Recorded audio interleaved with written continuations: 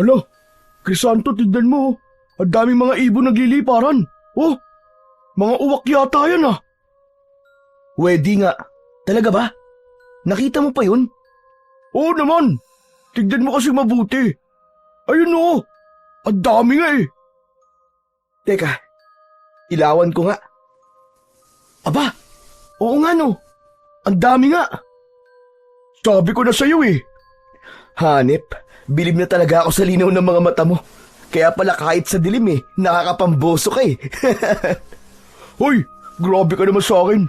Baka mamaya may makarinig sa'yo. Isipin na nambuboso talaga ako. Makarating pa yan kay misis. Ma-outside di ko lambu pa ako. Ikaw talaga puro ka biro eh. Sus, totoo naman eh. Paano ba naman kasi, maski ang dilim-dilim ng paligid nakita mo pa yung mga uwak na nagliliparan. Grabe, ang itim no pre. Kung di ko pa inilawan di ko maaninag yung mga sinasabi mo. Huwag ka maingay. Tahimik na. Isarado mo na yung bibig mo. Ito naman, masyado ka namang nerbiyoso. Huwag ka mag-alala. Safe sa akin ang sikreto mo. Wala namang makakarinig sa atin dito sa laot, no? Maliban na lang kung may sirena dito. Huwag ka namang manakot. Alam mo namang usap-usapan talaga na may sirena talaga dito eh. Pambihira ka naman oh. Talaga ba? Natatakot ka si Serena? Panakot lang sa bata yun. Hindi sila totoo. Nako, mabuti pa tara na sa pantalan. Siguradong pagkakaguluhan na naman ang huli nating mga isda. Tahimik na tumango si Dolpo habang pinagmamasdan pa rin ang mga uwak na lumilipad sa impapawid. Maya-maya pa ay bigla siyang napatingin sa tubig. Parang may anino sa ilalim ng mga alon. At pakiramdam niya ay may nagmamasid at sumusunod sa kanila.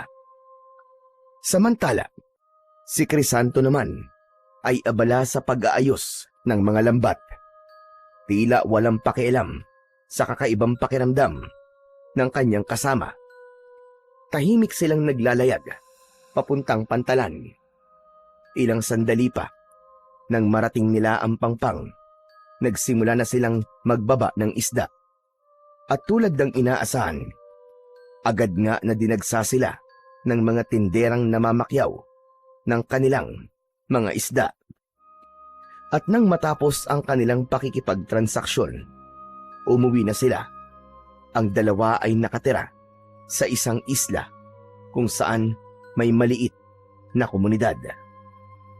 Maliwanag na nang makarating sila doon. Nakita nilang naghihintay na doon ang asawa ni Dolfo. Nagdadalang tao ito pero gustong-gusto nito na palaging magpunta sa pangpang para abangan ang pag-uwi ng kanyang mister. Grabe pre, anong gayuma ba ang ginamit mo sa asawa mo? Araw-araw na lang nakaabang sa pampang Walang palya. Anong gayuma sinasabi mo? Ang sabihin mo, masyado siyang nabighani sa kagwapuan ko. Sus, saan bandang gwapo dyan? Patingin nga. Siyempre, sa bandang mukha ko. Alangan naman sa mukha mo. Wala kang ang jowa eh. Aray ko naman pre, pinipersonal mo na yata ako niyan Ha?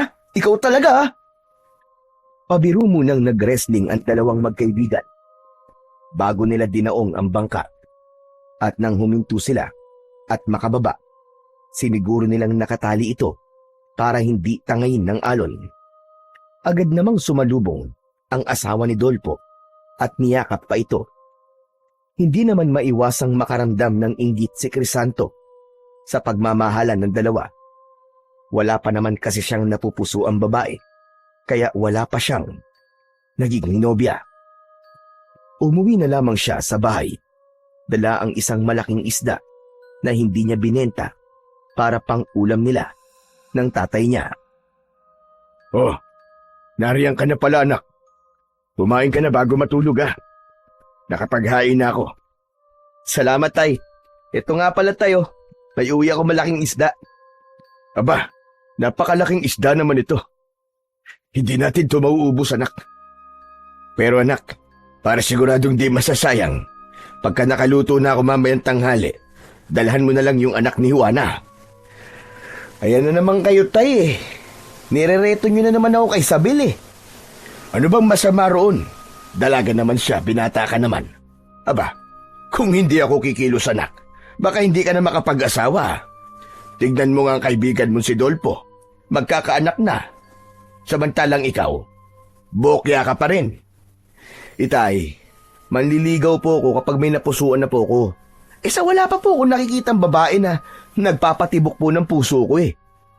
Aba, ano pala ang kulang kay Isabel? Maganda naman siya, morena, sexy. Ang gusto mo naman yata kasi, malalabanos ang kutis tulad ng mga nakikita mo sa pantalan. Naku, Crisanto, kung ganung mga babae ang gusto mo, abay, aralin mo ang ibang trabaho. Hindi mo kayang ibigay ang luho ng mga yon sa pangingisda lang. Itay, hindi naman po sa ganon. Hindi lang po talaga si Isabel ang tipo kong babae. Mas matapang pa sa akin yun eh. Hindi kami talo nun. Ay nako, bahala ka nga. Pero sana naman, mabigyan mo na ako ng apo. Para naman kahit matanda na ako at hindi ko na kayang mangisda, ay may pinagkakaabalahan naman ako dito. Oo na po, Susubukan ko po tayo, huwag kayo mag-alala. Pwede na po ba akong kumain? Aba, hindi kumain ka, wala naman pumipigil sa'yo. Hindi ko naman dala ang kaldero. Sige na, kumain ka na. Napapailing na lang si Crisanto habang dumudulog sa mesa. Araw-araw na lang kasi na pinipressure siya ng kanyang ama tungkol sa pag-aasawa. Simula nang mag-asawa ang kaibigan niyang si Dolpo, ay hindi na din tumigil ang ama niya sa kakareto sa kanya, at ang pinakapaborito nitong ereto ay ang anak ng kumari nito. Pero wala talaga siyang gusto kay Isabel. Tuwing nagkikita sila, ay nag-aaway sila at madalas pa nga na magkapikunan. Pagkatapos kumain, ay nagpahangin lang ng konti sa labas si Crisanto at nang antukin, ay pumasok na siya sa kanilang kubo para matulog. Maaga kasi silang pumalaot ni Dolpo, lalo na't kalmado ang dagat kanina. Paglapat ng kanyang katawan sa kanyang higaang katre, ay nakatulog siya kagad. Ilang sandali ang nakalipas, nagising siya sa tapik ng kanyang ama. Crisanto, gising na. Ano ka ba naman, bata ka? Talagang hindi ka makakapag-asawa niyan. Abay, tanghali na nakahilata ka pa. Tay, ang bilis niyo naman po manggising. Anong oras na po ba? 11:00 na anak, tanghali na. Nakaluto na ako ng ulam. Sige na, bumangon ka na riyan. At bigyan mo ng ulam si Isabel. Anak ng tay naman eh. Akala ko po ba tapos na tayo kay Isabel? Kung talagang gusto niyo siya, bakit hindi kayo manligaw dun? Promise tay, hindi ako magagalit. Total matagal naman ang nasa langit si inay eh. Pwede ka na ulit mag-asawa kung gusto mo. Anak ng lintik na to, bakit akong pinag-aasawa mo? Ikaw ang mag-asawa, dahil tumatanda ka na. Uy, grabe naman po kayo sa tumatanda, tay. Wala pa nga akong 30 anyos eh. Tsaka tay, sinabi ko na nga sa inyo eh, hindi kami talo ni Isabel. Kita niyo pong mas maton pang kumilos sa akin yung babaeng yun eh. Kung manliligaw man po ko, tay, ang gusto ko, dun sa babaeng kong kumilos ay babaeng babae. Anong sabi mo? Biglang natigilan si Crisanto nang marinig mula sa kanyang likuran ang boses ni Isabel. Kinabahan siya ng todo at ramdam na ramdam niya ang mabilis na tibok ng kanyang puso. Hoy! Ikaw na magaling na lalaki ka! Kung hindi mo ako gustong ligawan, aba, mas lalong ayaw ko magpaligaw sa katulad mo. Tsura mo, kala mo pogi. Isabel, Ineng, nariyan ka pala. Nagbibiro lang naman itong binata ko. Huwag mo na siyang pansinin. Sige po. Siya nga po pala man Tiburcio. Pinibibigay po ni Inay itong biko na niluto niya. Para sa inyo lang po ito ha. Hindi pwedeng kainin ng iba riyan. Di wag. Kahit gaano pa kasarap ang luto ni Aling Juana, hindi ko talaga kakainin kapag ikaw ang nagdala. Baka lagyan mo pa ng gayuma yan eh. Mainlove pa ako sa'yo. Abat, ang kapal ng mukha nito ah. Kung manggagayuma lang din naman ako, pipili na ako ng gwapo, hindi katulad mo. Aba, Bakit? Guwapo naman ako ah. Pero sorry, hindi ako magpapagayuma sa'yo, no? Abat! Talagang ginagalit mo ko, no? Anong gusto mo, ha? Halika dito! Magkasubukan tayo! Oh, kita mo na, Tay. Kita mo na. Ganyang babae ba ang gusto mo manugangin? Masahol pa sa mato na. Anong sabi mo? Buisit kan talaga! Nagtaas na ng manggas si Isabel habang nakaamba na ang pagsuntok. Akala mo, isang lalaking siga na nag-aamok ng away. Hindi alam ni Crisanto kung bakit sila inirereto ng mga magulang nila. Simulat sa pool naman ay magkaaway na silang dalawa na parabang aso at pusa. Biglang sumulpot si Dolfo. Oh, ano na naman ba yung away na yan? Alam nyo kayong dalawa? Bakit hindi na lang kayo magmahalan kaysa lagi kayo nag-aaway? Tatandang dalaga na lang ako. Kung si Crisanto lang din naman na mapapangasawa ko. Aba, akalain mo yun, dalaga ka pala. Hindi halatang dalaga ka eh. Leche ka! Kung hindi dahil kay Inay at Mantibursyo, never akong aapak sa pamamahay mo. Ay nako, makalayas na nga. Ang baho ng amoy dito. Padabog na lumabas ng kubo si Isabel. Sinuntok pa nga nito ang pinto bago tuluyang makalabas. Naiwan naman si Crisanto na naiinis dahil sa ginawa ng babae. Pre, paamuhin mo kasi yung babae. Ginagalit mo eh. Kaya nga naman, turuan mo nga na magpaamo ang kaibigan mo, Dolpo. Para naman hindi na pag-iiwanan. Sige po, Tatay Tiburcio. O ano pre, kailan ko sisimulan ng pagtuturo sa'yo? Si Raulo, saka pa dyan. Diyan ka na nga. Hoy, sandali lang. Ito naman hindi na mabiro. Kaya nga pala ako pumunta dito ay para tanungin ka kung pwede ba tayo ulit pumalaot bukas. Ano ka mo? Gusto mo pumalaot ulit? Aba, sumisipag ka yata ngayon. Oo kailangan eh. Alam mo namang kabuanan na ni Mrs. Tsaka madami ang isdang nahuhuli natin ngayon. Ayoko naman sayangin ang pagkakataong kumita, di ba? Di gaya ng dati. Madaling araw pa rin tayong papalaot. Dating oras ha. O sige, Chong. Salamat. Sige. O yan. Ganyan ang masarap sa pag-aasawa, Crisanto. Yung may pinaglalaanan ng kita. Ay nako, si tatay naman oo. Bakit tay? May pinaglalaanan din naman ako ng kita ko ah. Hindi naman nasasayang eh. Sus! Ay siya nga pala, Dolpo. Di ba't malapit ng mga nakang asawa mo? Di ba't dapat binabantayan mo na? Kasi anumang oras, baka mga anak na yon. Opo, Tatay Tiburcio. Pero sabi naman po ni Aling Juana na hindi pa siya manganganak ngayong araw. Kailangan ko po kasing kumayod para din may pera kami sa paglabas ni baby. Sige, ikaw ang bahala. Pero huling palaot mo na yan para may kasama ang asawa mo. Hindi natin alam, hindi ba? Opo. Nagpaalam na si Dolfo. Nang sila namang mag-ama ang naiwan, muling ipinilit ni Mang Tiburcio na dalhan ng ulam ang dalaga. Dahil sa konting pag-aaway kasi ng dalawa, kanina ay nakalimutan na nitong ibigay ang ulam kapalit ng biko na ibinigay nito. Samantala, mabilis na lumipas ang mga oras at sa muling pagsapit ng madaling araw, muling pumalaot ang magkaibigan. Pagdating sa laot, sa isang hagis pa lang ng lambat ay nakahuli na kagad sila ng maraming isda. Tuwang-tuwa si Dolfo. Konting oras lang ang inilagi nila dahil sapat na ang dami ng huli nilang isda. Kagad silang nagpunta muli sa pantalan para ibenta ang mga ito.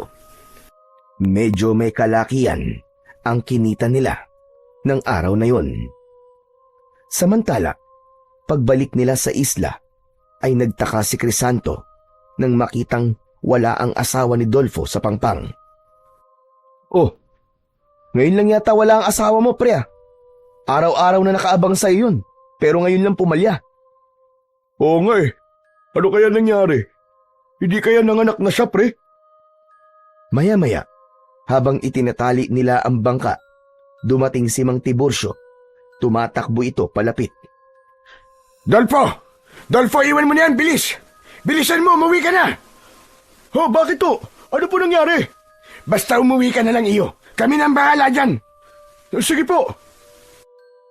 Mabilis na tumakbo pa uwi si Dolfo. Dala ng sobrang pag-aalala sa asawa. Mabilis na itinali ni Mang Tiburcio ang bangka at pagkatapos ay kinausap niya ang anak. Anak, sundan na natin ang kaibigan mo. Tara na. Teka, tay, bakit po ba? Ano po bang nangyari sa asawa niya? Nanganak na po ba? Bago pa makasagot si Mang Tiburcio, ay narinig nila ang malakas na pag-iyak ni Dolfo. Malapit lang kasi ang bahay nito sa Pangpang. Diyos ko po! Asawa ko! Sino may gawa nito sa'yo? Dahil sa narinig, ay napatakbo agad si Crisanto papunta sa bahay ng kanyang kaibigan. Pagdating doon, ay nadatnan niyang nakahiga sa papag ang asawa nito. Manipis na ang tiyan at nababalutan ng kumot ang katawan. Napakapusyaw ng mukha nito na para bang wala ng buhay. Diyos ko! Ano nangyari kay Dina, tay? Mukhang inaswang, anak. Kinuha ang sanggol sa tiyan niya. Paano nangyari yun? Wala namang aswang dito sa atin ah. Hindi ko nga rin alam eh. Nakita na lang namin si Dina. Nawakwak ang tiyan at wala na ang sanggol. Patuloy ang malalakas na pag-iyak ni Dolfo. Hindi makapaniwala ang lahat sa sinapit ng asawa. Diyos ko, patawarin mo ako, Dina, asawa ko. Hindi na lang sana kita iniwan na mag-isa. Hayop ang mga aswang na yan. Hayop sila. Papatayin ko sila. Papatayin ko sila. Halos magwala sa galit si Dolfo. Hindi nito malaman ang gagawin kung lalabas ng kubo o yayakapin ang asawa. Sa huli ay napaluhod ito sa tabi ng papag bago umiyak ng malakas at piniling yakapin ang asawa. Awang-awa naman si Crisanto kay Dolfo. Ang tagal bago naimasmasan si Dolfo. Ramdam ni Crisanto ang labis na pagdurusa ng kaibigan niya dahil asawa't anak nito ang nawala. Hindi siya umaalis sa tabi nito para umalalay. Naimasmasan man si Dolfo sa pag-iyak ay bakas naman ang galit sa mukha nito. Ano ba nangyari sa asawa ko? Bakit nangyari sa kanya yun? Bakit? Bakit? Nakarinig na lang kami ng malakas na sigaw mula sa kubo nyo. Nang puntahan namin, ay nakakita kami ng mga ibon sa bubong ng bahay nyo. Nagliparan ng mga ito paalis. Tapos nang pasukin namin si Dina, wala na. Wakwak na ang tiyan niya. Mga uwak po ba tinutukoy yung ibon, Mang Tiburcio?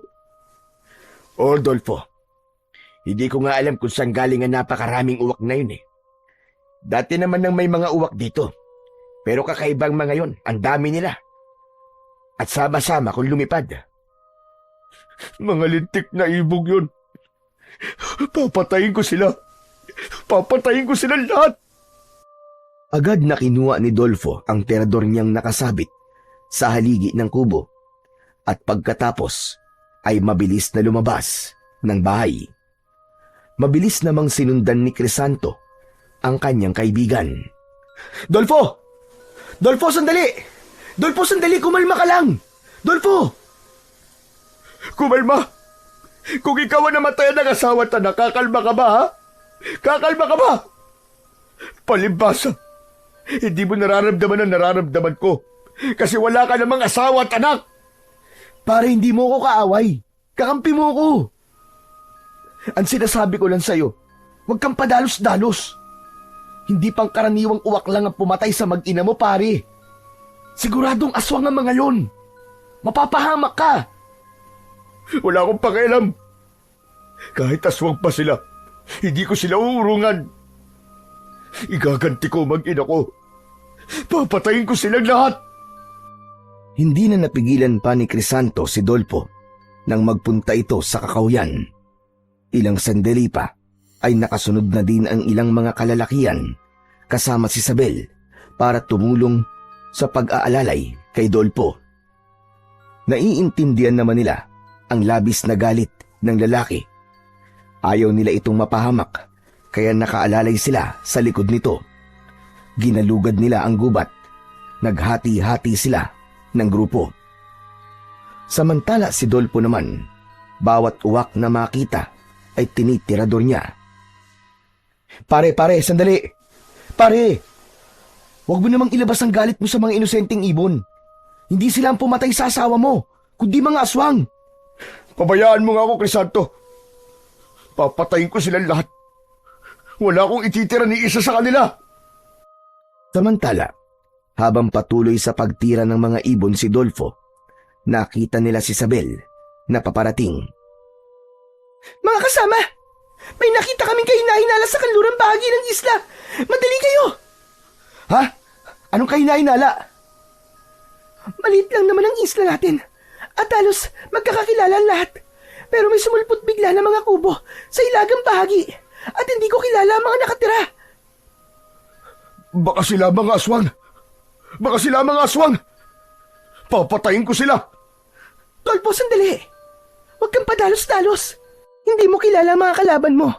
Kaya huwag kang magpadala sa galit. Ayusin muna natin ang burol ng asawa mo, pwede ba? Natigilan saglit si Dolfo sa sinabing yun ni Isabel. Pagkatapos ay unti-unting nawala ang galit sa mukha nito at napalitan yun ng paghinagpis. Napaluhod pa sa lupa ang lalaki at doon muling umiyak. Naupo naman si Isabel sa tabi ng lalaki at inakbayan ito. Dolfo, kaibigan ko si Dina. Kaya kakampi mo ko. Masakit sa akin ang nangyari sa kanya. Gusto ko rin siyang ipagiganti. Pero hindi pa ngayon ang tamang oras. Pagkalibing ni Dina, kasama mo akong tutugi sa mga salot na aswang na yan. Hindi din ako papayag na may mabiktima pa ulit ang mga halimaw na yan. Pumayag din si Dolfo na umuwi matapos itong kausapin ni Isabel. Kahit paano ay napahanga sa dalaga si Crisanto. Hindi niya akalain na sa ganung pagkakataon ay maaasahan pala ang dalaga. Pagkauwi nila ay agad na inayos ang burol ni Dina. Hindi pa rin makausap ng matino si Dolfo, pero kahit papano ay kumalma na ito. Kailangan nating mahanap ang mga ibon na yon. Kung aswang man sila, ay dapat na silang mapuksa bago pa nila tayo ubusing lahat. Tingin niyo po, tay, mga aswang nga kaya yung mga dayo sa ilaga? Sino pa ba dapat paginalaan kundi sila lang? Hindi nga natin namalayan ang pagdating nila. Bigla na lang sila nagsulputan dyan. Pero hindi naman pwedeng basta-bastang mambintang na walang ebidensya. Magmamanman po ako mamayang gabi malapit sa kanila. Baka sakaling may masagap po akong ebidensya na sila ang mga aswang na sumalakay sa atin. Teka, Sabel. Hindi ba delikado ang gagawin mo? Gabi ka pa talaga magmamanman doon? Ano bang pakialam mo? Kita mo na tong babaeng to. Ako na nga itong concern sa'yo eh. Ganyan ka pa? Oo, tama na yan. Tama na. Eh na naman kayong dalawa eh. Mag-aaway na naman kayo eh. Ay, naku, pambira talaga ang mga batang ito. Pero may punto naman ang anak ko, Sabel. Delikadong magmanman doon. Paano kung sila nga mga aswang? Eh di napatay ka nila. Wala naman po kasing ibang paraan para malaman po kung sino mga aswang. Tsaka, mag-iingat naman po ako. O sige, ganito na lang. Sasamahan na lang kita. Nako, wag na. Baka ikaw pa maging dahilan ng pagkahuli ko kapag sumama ka. Ay, nako. Hindi ba pwedeng kausapin mo ako ng maayos, Sabel? Hindi yung palagi ka nalang nakasuplada sa akin. Palagi ka nalang nakaangil. Ewan ko sa'yo. Diyan ka na nga. Sabel, huy! Ano naman bang ginawa ko? Sabel! Anak ng mga babae talaga. Ang hirap ispilingin. Pagsapit ng gabi, ay minatyagan ni Crisanto si Isabel Iniisip niya na hindi kayang gawin ng babae ang sinabi nito, pero nag-alala pa rin siya na baka tumuloy pa rin ito sa pinaplanong pagmamanman sa lugar ng mga dayo. 10:00 ng gabi nang makita niyang umalis ito sa burol ni Dina. Palihim na sinundan ni Crisanto si Isabel hanggang sa makauwi ito. Akala ng binata ay matutulog na ang dalaga, pero nagulat na lang siya nang muli itong lumabas. Nakasuot na ng itim na pantalon at t-shirt. Nakatago ang mahabang buhok sa suot na sombrero, tapos may nakasabit pang itak sa bewang nito. Naglakad si Isabel papunta sa kakahuyan, kaya napakamot na lang sa ulo ang binata. Anak ng teteng, napakatigas talaga ng ulo ng babaeng to. Saan kaya kumukuha ng tapang to? Palihim niyang muling sinundan si Isabel. May dala itong flashlight, habang si Crisanto ay pilit inaaninag ang daan sa tulong ng mapusyaw na liwanag ng buwan. Pagkatapos ng mahaba-habang lakaran, ay nakarating sila sa hilagang bahagi ng isla. Nagtago si Isabel sa malalagong damo habang nakasilip sa kuta ng mga dayo. Si Crisanto naman ay nagtago sa likod ng malalaking puno habang nakatanaw sa dalaga. Nakita nila ang pagtitipon ng mga tao sa labas.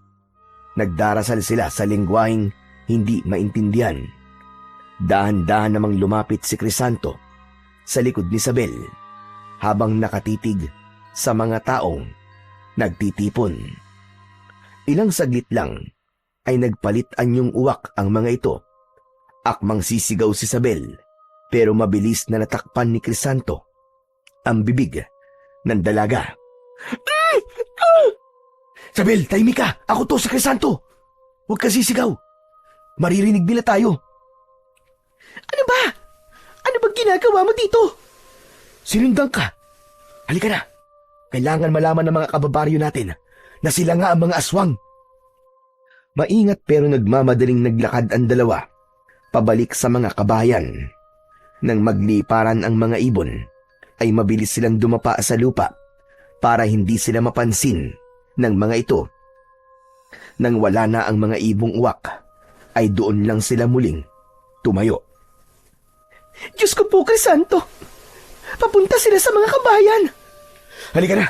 Magmadali na tayo!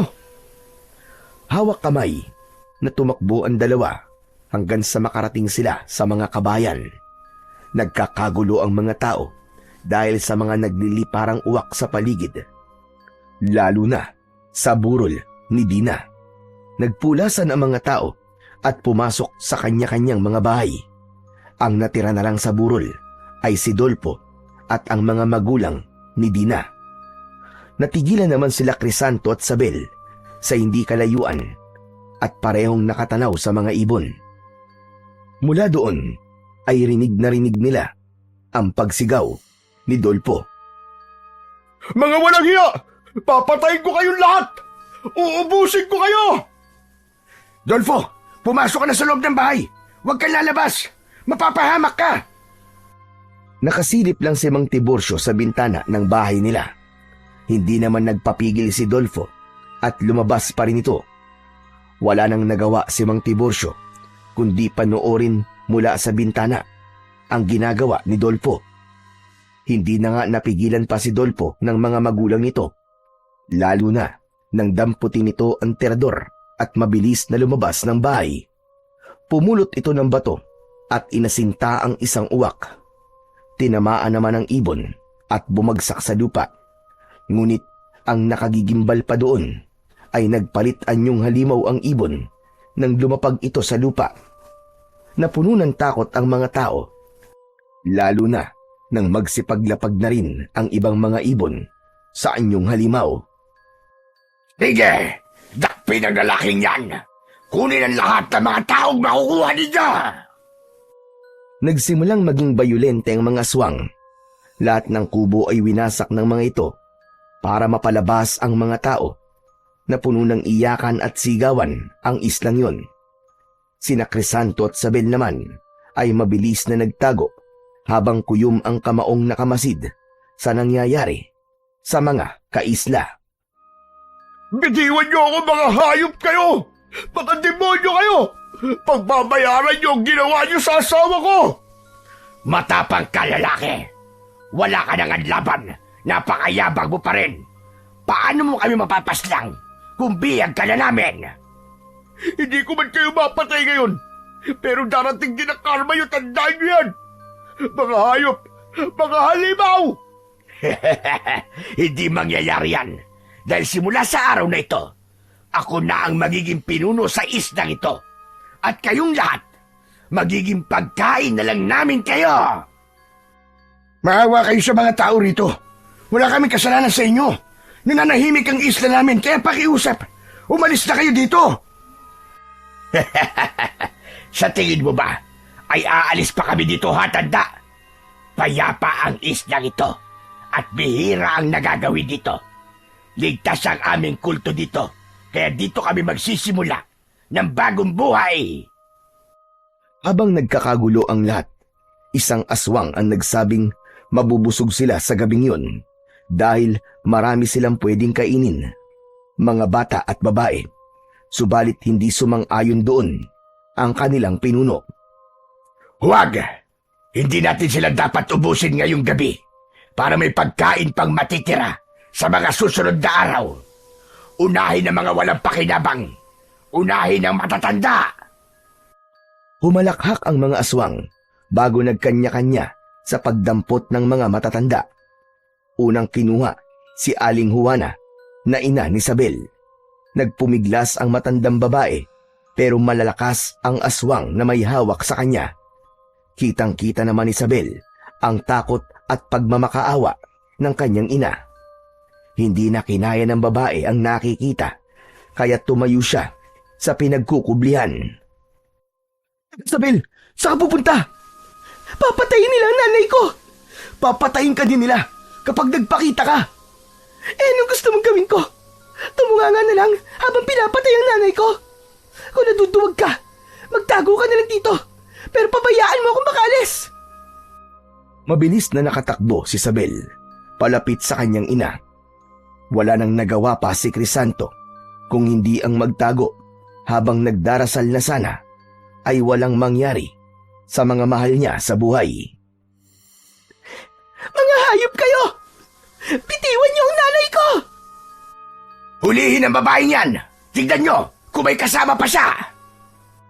Mabilis na kumilos si Crisanto at tumakbo siya papasok sa madilim na bahagi ng kakawyan. Hindi siya tumigil sa pagtakbo hanggang sa narinig niya ang malakas na sigaw ng aswang. Nakita na siya ng mga ito na tumatakas. Hanapin ninyo!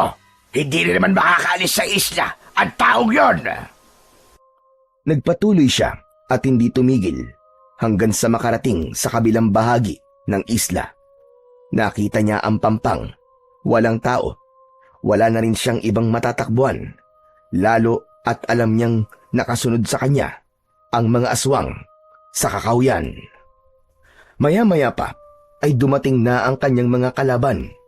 Unti-unti siyang napaatras hanggang sa ang tubig ay naramdaman na niya sa kanyang mga paa. Mariing napapikit si Crisanto nang maalala ang kanyang ama. Matanda na rin ito at tiyak na isa ito sa mga papaslangin. Nilingon niya ang mga humahabol sa kanya. Nasaan yung halimaw na ang mga ito at naglalakad palapit sa kanyang kinaroroonan. Itay, patawarin mo ko. Kung mahuhuli nila ako, katapusan na nating lahat. Bago pa makalapit ang mga aswang, ay tumakbo na si Crisanto papunta sa dagat. Alam niyang walang kasiguraduhan ang gagawin niya, pero kailangan niyang subukang tumakas. Kung lahat sila ay madadakip, wala nang iba pang makakatulong sa isla nila. Diyos ko, tulungan niyo po ako. Kailangan kong makatakas sa mga aswang na to upang makahingi ako ng tulong. Pinilit niyang lumangoy at kalabanin ang alon ng dagat. Walang kasiguraduhan ang paglangoy niya at ang tanging kinakapitan niya ay ang pag-asang magmilagro para mabuhay siya at makatawid sa malawak na dagat. Sumuko ang mga aswang sa paghabol sa kanya. Bumalik na ang mga ito sa mismong baryo. Samantala, ilang oras ding nagpalutang-lutang sa dagat si Crisanto. Napapagod na siya sa paglangoy at sigurado din naman na walang tulong na darating para sa kanya. Nagdasal siya sa kanyang isip na sana ay magkaroon ng himala at makaligtas siya sa tiyak na kapahamakan. Pinilit niyang ilaban ang kanyang buhay laban sa lamig at sa banta ng pagkalunod. Gusto niyang makaligtas para mabalikan niya ang kanyang mga kaisla. Ngunit bigla siyang napulikat. Napadaing siya sa sakit hanggang sa unti-unting lumubog. Pinilit niyang umahon pero hindi niya na nakayanan pa ang lakas ng alon. Marami na siyang nainom na tubig. Buong akala niya ay katapusan niya na. Pero bago siya nawalan ng malay, ay naramdaman niyang may biglang pumulupot na mga kamay sa kanyang braso. Hindi niya na nakita kung sino ang humawak sa kanya dahil tuluyan na siyang nawalan ng malay. Nang bumalik ang ulirat ni Crisanto, ay nasa isang madilim na kuweba na siya at nakahiga sa malaking tipak ng bato. Nananakit ang buo niyang katawan pero pinilit niyang makabangon. Nagulat pa siya nang may marinig na malamyos na tinig. Kumusta na ang iyong pakiramdam, Crisanto? Ha? Sino ka? Nasaan ka? Narito ako sa tubig. Huwag kang mag-alala. Isa akong kaibigan. Isang magandang babae ang nasilayan ni Crisanto na nakalublob sa tubig. Tanging ulo lang nito ang nakalitaw kaya hindi niya makita ang buong katawan ng babae. Nakakapag-adjust na din ang mga mata niya sa dilim. At kahit paano ay may sumisilip na ring liwanag mula sa bukana ng kuweba. Sino ka? Nasaan lugar tayo? Narito ka sa lugar ko. Nalunod ka sa dagat. Kaya dinala kita dito. Isang araw kang walang malay. Teka, naaalala ko na. Tumakas ako mula sa mga aswang na gustong sumakop sa isla. Pinulikat ng pa ako, kaya nalunod ako. Salamat sa tulong mo ha, kaibigan. Ang ginawa kong pagsagip sa buhay mo ay pasasalamat ko din sa pagsagip mo sa amin. Ano? Pagsagip sa inyo? Wala akong natatandaan na may iniligtas akong magandang babae. Ikaw ang pumigil sa mga mangingisda noon sa pagpapasabog ng dinamita sa dagat. Dahil sa iyong katapangan, napigilan sila. Nailigtas mo muntikang pagkasira ng aming tahanan. Teka, sino ka ba talaga? Hindi ko kasi maintindihan ang mga sinasabi mo. Anong tahanan ng muntik masira? Ang dagat? Ibig sabihin, nakatira ka sa dagat? Lumangoy palapit ang babae at gumapang patungo sa kinatatayuan ni Crisanto. Napaatras ang binata nang makita ang kabuuang katawan ng babae. May buntot ito ng isang isda. Isa kang sirena? Huwag kang matakot, Crisanto. Tulad ng sinabi ko, hindi ako kaaway. Matagal na kitang minamatyagan, kaya alam kong mabuti ang iyong kalooban. Diyos ko po, huwag ka lalapit sa akin. Huwag ka lalapit sa akin. Bakit ka natatakot, Crisanto? Ako ang siyang nagligtas sa buhay mo. Kung gusto kitang saktan, dapat ay pinabayaan na kitang malunod at mamatay. Pero, ano kasi? Hindi kami masama, Crisanto. Mali ang pagkakaunawa niya sa amin. Mga tao masasama at makasarili. Sinisira niya ang dagat Kung may nasasaktan man kaming tao, yun ay dahil kailangan naming iligtas ang aming sarili, pati na rin ang aming tahanan. Patawad. Iba ka sa kanila, Crisanto. Alam kong mabuti ang puso mo. Alam ko rin ang kinakaharap mong problema. Naalala bigla ni Crisanto ang kalagayan ng kanilang isla at ang misyon niya kung bakit nilangoy niya ang dagat. Kailangan ko pala makahingi ng tulong. Kung isa kang ang kaibigan, tulungan mo akong makarating sa pantalan. Sige na. Sa pantalan? Bakit? Kanino kayo hihingi ng tulong doon? Sigurado ka bang matutulungan ka nila? Natigilan si Crisanto sa sinabing yun ng Serena dahil masyadong malayo ang munisipyo sa kanila. Kailangan pa niyang bumiyahe para makarating sa istasyon ng pulisya. Mahihirapan pa siyang ipaliwanag sa mga pulis ang nangyayari sa kanilang isla. Baka hindi sila maniwala na aswang ang sumalakay sa kanila. Pero alam niyang yun lang ang tanging paraan para mailigtas niya ang kanyang mga kaisla. Kailangan ko subukan. Dahil kung di ko gagawin yun, mamamatay ang lahat ng tao sa isla namin. Nakatakas ka na, Crisanto. Bakit babalik ka pa sa isla niyo? Umakas ako.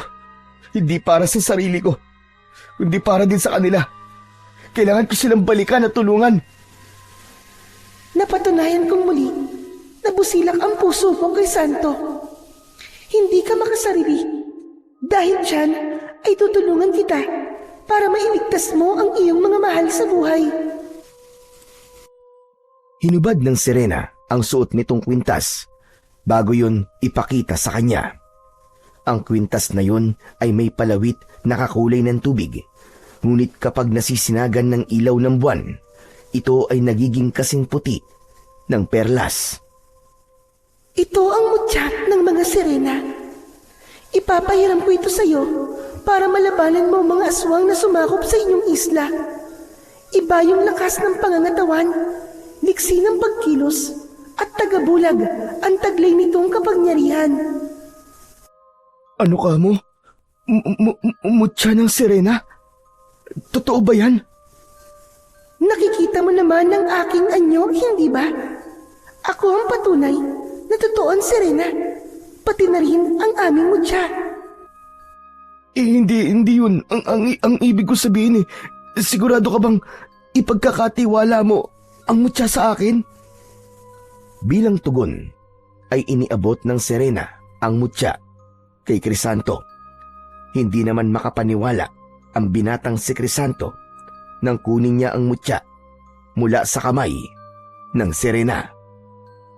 Halika, Crisanto. Ipikit mo ang iyong mga mata dahil ipapasa ko sa iyo ang kaalaman kung paano gagamitin ang mutya ng Serena. Ipinikit ni Crisanto ang kanyang mga mata. Tila ba may kung anong init siyang nararamdaman sa palad niya nang may hawak sa mutya. Gumapang ang kakaibang init na yun sa buo niyang katawan at para siyang nalulunod sa kung anong enerhiyang dumaloy sa kanyang mga ugat. Hindi niya kinaya ang malakas na enerhiyang yun, kaya nawalan siya ng malay. At nang muli siyang magkaroon ng ulirat, nakadapa na siya sa buwanginan. Nasilaw pa siya sa liwanag ng araw, kaya mariin siyang napapikit bago marang bumangon. Dahan-dahan niyang muling minulat ang kanyang mga mata. Doon lang niya napagtanto na naroroon na siya sa kanilang isla. Naglakad siya sa may kakawyan upang makapagkubli, at doon ay may nakita siya. Sa hindi kalayuan ay natanaw niya si Dolpo, tila nagmamanman sa paligid.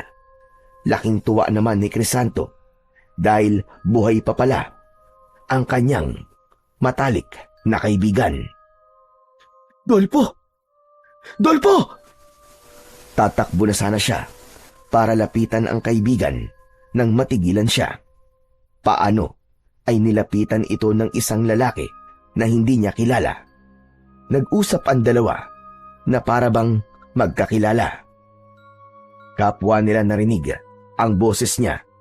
Kaya naman, agad na ipinahanap ng aswang kung kanino at saan galing ang boses na tumawag kay Dolpo. Hayop ka! Hayop ka, Dolpo! Kumampi ka na sa mga aswang! Hayop ka! Traidor! Kagad siyang naghanap ng mapagtatanungan pero wala siyang makita. Tiyak na maski magtago siya sa likod ng mga puno ng oras na yon, ay tiyak na mahahanap siya. Kulang na siya sa oras hanggang sa isang aswang ang lumapit sa kanya. Pero dinaanan lang siya nito. Parang hindi man lang siya nakita. Ilang aswang pa ang dumaan pero hindi pa rin siya inaatake ng mga ito. Samantala ay ramdam niya ang mutyang ibinigay sa kanya ng Serena. Nang mapagtantong may tagabulag ang kapangyarihan ng Serena, minabuti na muna niyang magmatsyag sa paligid. Inabot na siya ng gabi. Nagpaikot-ikot siya sa mga kabayan. Nalungkot siya nang malamang tuluyan na ngang nasakop ng mga aswang ang kanilang isla. Ang mga tao ay ikinulong na parang mga hayop, habang ang ilan sa mga taga-isla ay malaya. Yun ang ipinagtataka ni Crisanto. Nang makita niyang lumapit si Dolpo kay Isabel, ay lumapit din siya. Taglay ang tagabulag. Sabel, umanib ka na sa amin para hindi ka na nahihirapan. Kahit kailan, hindi ako magiging duwag na katulad mo, Dolpo. Ipinagpalit mong iyong kaluluwa sa mga aswang para mabuhay ka. Nakalimutan mo na ba na sila ang pumatay sa iyong mag-ina?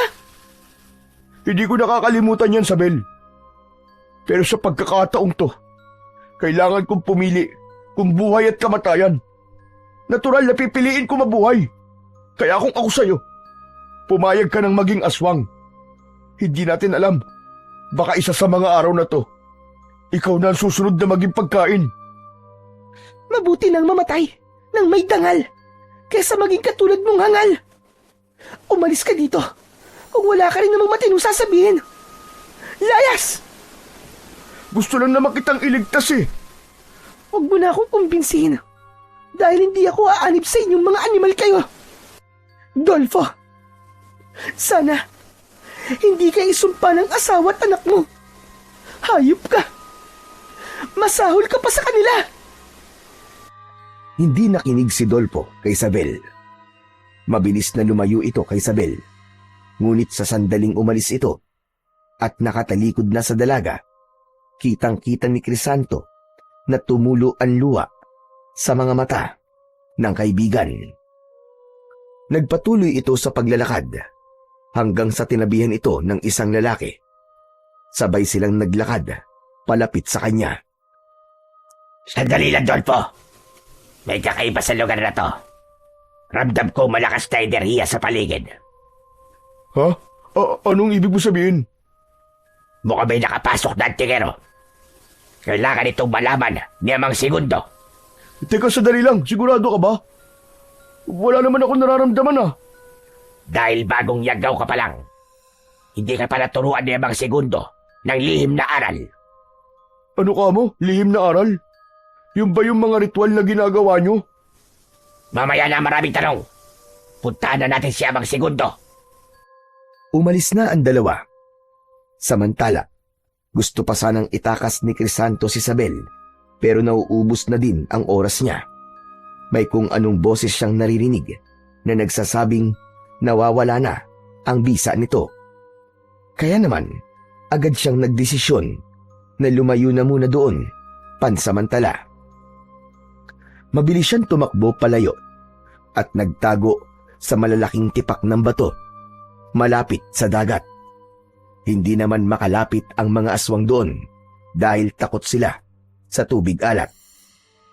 Nang makapagpahinga, ay pumuslit naman siya sa kubong tinitirahan nila dati na ngayon ay aswang na ang nakatira. Kinuha niya ang kanyang itak at mabilis na pumunta sa kakawyan. Nagputol siya ng mga sanga ng kahoy at pinatulis niya ang dulo para maging sibat. Inunti-unti niya ang paggawa ng sibat. Pagkatapos ay dinala ito sa kakawyan na malapit sa mga bahay. Tinabunan niya ng mga tuyong dahon para hindi makita ng mga aswang. Maingat ang bawat pagkilos niya dahil kailangan niyang magdoble ingat, lalo na't nararamdaman ng mga aswang ang presensya niya. Nagmasid-masid din siya sa paligid para mapag-aralan ang kilos ng mga aswang. Hindi lang siya lumalapit sa pinuno ng mga ito dahil alam niyang ito ang pinakamalakas sa lahat. Nang sumunod na araw ay pinuntahan niya ang kubong kinaroroonan ni Isabel para makausap ang dalaga. Isabel! Isabel! Crisanto? Diyos ko, Crisanto! Ikaw nga! Akala ko iniwan mo na kami. Iniligtas ko lang ang sarili ko. Pero ito na ako ngayon. Nakabalik na ako. Pero narinig ko mga aswang. Ang sabi nila, nilangoy mo daw ang dagat. Paano nangyaring? Paano ka nakaligtas? May awa pa rin ng Diyos sa atin, Isabel. Hinayaan niya ako mabuhay. Buti bumalik ka pa, Crisanto. Pinatay nila ang tatay. Ano? Hindi. Pero, patawad. Hindi ko sila nailigtas. Hindi ko kaya. Mga hayop sila. Mga hayop sila. Kung hindi ka na sana umalis nun, sana natulungan mo ko. Pero Isabel, kailangan kong umalis nun. Dahil lang nasa isip ko nun ay ang humingi ng tulong. May nahanap ka ba? Nasaan sila? Nasaan ang tutulong sa atin? Wala. Pero bumalik ako ng mas malakas. Pero kailangan kong tulong mo. Ililigtas natin ang isla. Pero bago yun, gusto kong kausapin mo si Dolfo. Si Dolfo? Ang walang yan yun. Traidor ang kaibigan mo na yun. Kumampi sa mga kaaway. Kapalit ang buhay niya. Hindi traidor ang kaibigan ko, Isabel. Hindi niya gagawin yun. Pero ginawa na nga niya. Malakas ang kutob ko na may pinaplano yun, Isabel. Hindi siya basta-basta kakampi sa kaaway, maniwala ka sa akin. Hindi. Ayoko makipag-usap sa hayop na traidor na yun. Hindi yan ang gusto kong marinig. Ang gusto kong malaman ay kung paano mo kami matutulungan. Ano magagawa mo para iligtas ang isla? May tatakas mo ba kami lahat? Walang paraan para makatakas tayong lahat sa isla. Dahil sinira nila ang lahat ng mga bangka. Ang magagawa lang natin ay labanan sila. Ano? Labanan? Nagpapatawa ka ba? Ano ang laban natin sa mga aswang? Kapwa natigilan ang dalawa nang may marinig silang yabag na paparating. Agad na pumuesto si Crisanto sa gilid ng pinto. Kaya nang bumukas ito, ay hindi siya nakita ng lalaking pumasok. Sino kausap mo rito? Bakit? May nakikita ka bang tao dito? Nakausap ko? Amat, pilosopo kang babae ka. Magpakasaya ka na ngayon. Dahil mamayang gabi, katapusan mo na. Hindi ako natatakot sa inyo. Patayin niyo man ako. Hindi ko isusuko ang kaluluwa ko sa sinasamba niyong demonyo. Hehehe, tignan na lang natin mamaya. Ang tapang mo. Aalis na sana ang aswang nang matigilan ito. Sumingot-singot ito sa paligid at para bang nakikiramdam. Sisilip sana ito sa likod ng pinto pero mabilis na humarang si Isabel. Ano ba yun, ha? Bakit hindi ka pa umalis dito? Sino ang tinatago mo dito, ha, babae? Paano naman ako makapagtatago dito ng tao? Kinukulong niyo ako. Huwag kang sinungaling. Ramdam ko ang presensya ng antingero. Ilabas mo na siya. Wala nga akong tinatago. Kung ganon, Hayaan mo kung masilip ang likod ng pinto. Ang kulit mo ah! Sinabi nang umalis ka dito eh! Matapang na sinugod ni Isabel ang aswang na nasaan yung tao pa. Ipinagtabuyan niya ito palabas sa kubo, pero mas malakas ang aswang. Isang tabig lang nito kay Isabel ay tumilapon na sa sulok ang dalaga. Nagawang silipin ng aswang ang likod ng pinto, kaya mariing napapikit si Isabel dahil sa pag-aakalang mahuhuli na ng aswang si Crisanto. Mabuti na lang at nagkaroon ulit siya ng tagabulag sa tulong ng kanyang mutya. Walang nakita ang aswang sa likod ng pinto, kaya naman nagtaka ito. Anak nang, kaninong malakas na enerhiya ang nararamdaman ko? Hindi kaya ikaw yon, babae? Isa ka bang antingera? Magsalita ka! Kung antingera ako, matagal na kitang pinatay. Kung ganon, sabihin mo sa akin kung sino siya. Aba malay ko! Nakakulong ako dito, tapos ako ang tatanungin mo. Talagang matalas ang dila mo, babae ka! Sasakali na sana ng aswang si Isabel, pero agad itong sinugod ni Crisanto. Inilabas niya ang itak na nakuha niya sa kubo nila, at yun ang ginamit na pansaksak sa aswang. Napatakip naman sa bibig si Isabel nang makita niyang dumugo ang parting dibdib ng aswang, at saglit lang ay binawian na ito ng buhay. Hindi rin kasi nakikita ni Isabel si Crisanto. Isabel, naniniwala ka na ba sa akin na kaya ko kayong tulungan? Crisanto? Crisanto, nasan ka? Taglay kong tagabulag na nakuha ko sa mutya na Serena. Presensya ng mutya ang nararamdaman ng mga aswang. Pero, papanong... Tsaka na ako magpapaliwanag, Isabel. Kailangan ko ang tulong mo. Kapag tinipon kayo mamaya para pakainin, bulungan mo ang ibang mga kalalakihan. Sabihan mong may mga sibat akong ginawa at itinago malapit sa kakauyan. Tinabunan ko mga to ng mga tuyong dahon. Magagamit ninyong panlaban yun sa mga aswang. Basta, itarak nyo direkta sa dibdib nila. Sige. Pero paano? Anong gagawin natin? Paano namin yun makukuha? Makinig kang mabuti. Gagawa ako ng gulo.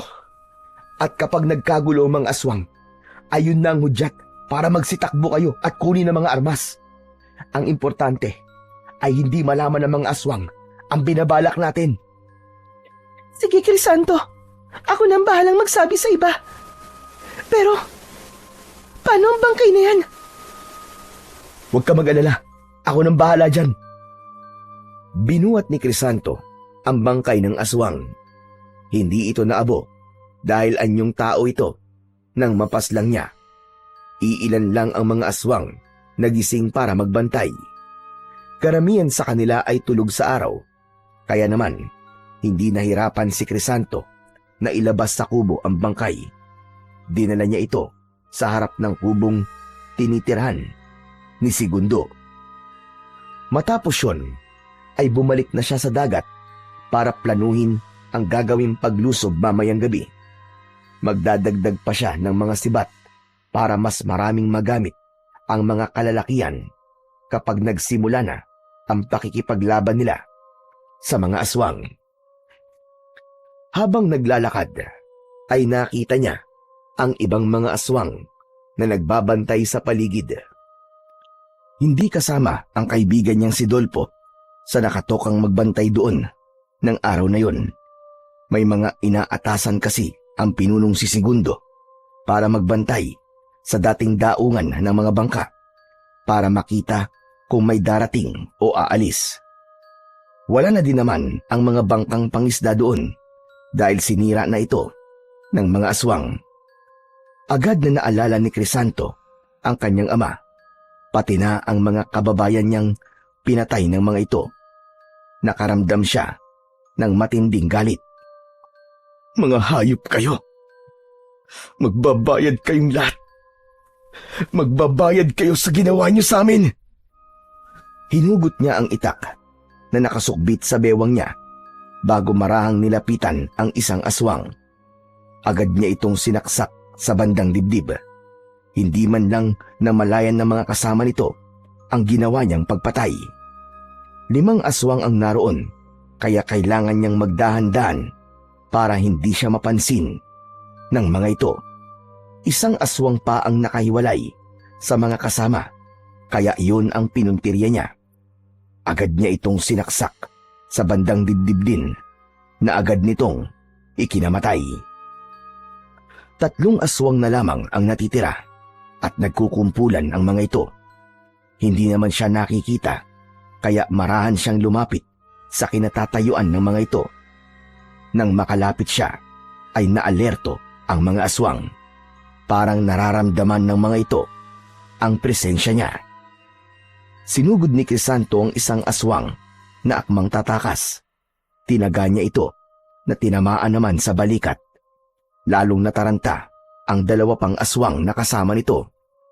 Lalo na nang mapadapa sa lupa ang nataga niya. Hindi na siya nag-aksaya pa ng panahon at agad na sinalakay ang isa pa. Tinaga niya ang leeg nito.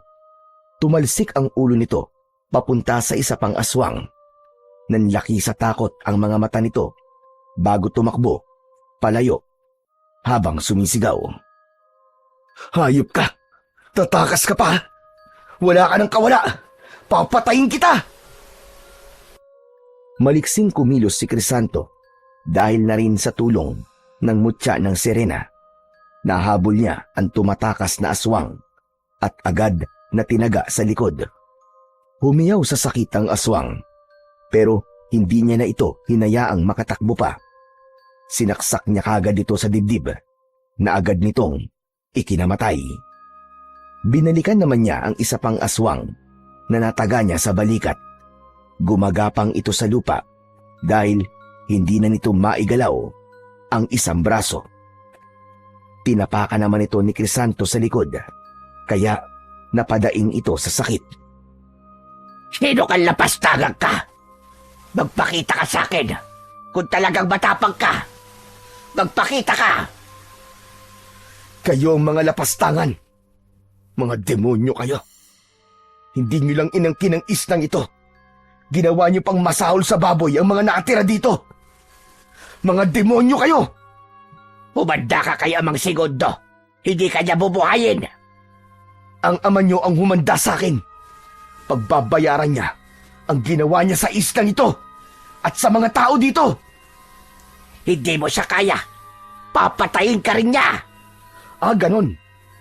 Sayang, dahil mauuna ka, hindi mo na makikita kung paano ko papaslangin ang minamahal mong Amang Segundo. Tinagpas ni Crisanto ang ulo ng aswang. Nagtalsikan pa ang mga dugo nito sa kanya. Paalis na siya nang marinig niya ang mga nagkakagulong aswang. Narinig ng mga ito ang pagtawag kanina ng aswang na napaslang niya. Mabilis namang tumakbo si Crisanto papunta sa lugar na kanyang pinagtataguan. Sa lugar kung hindi siya kayang puntahan ng mga kalaban. Subalit nakita siya ng ilang aswang at itinuro siya kagad sa pinuno nila.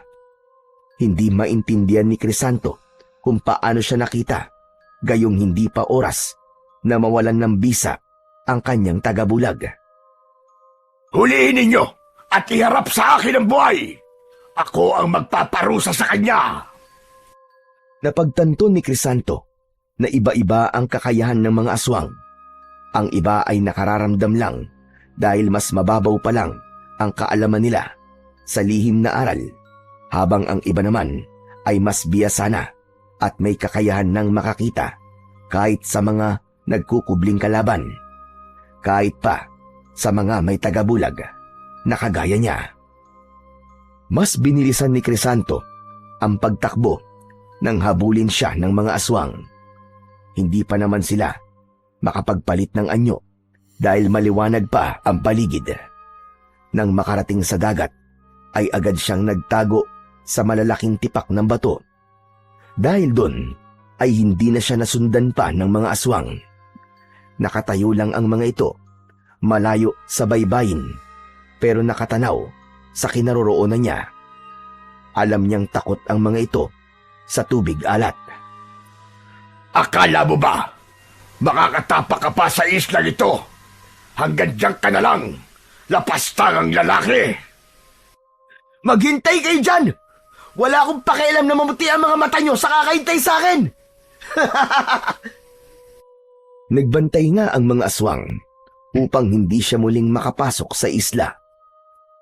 Samantala, pagsapit ng takip silim, ay umalis na si Amang Segundo na pinuno ng mga aswang.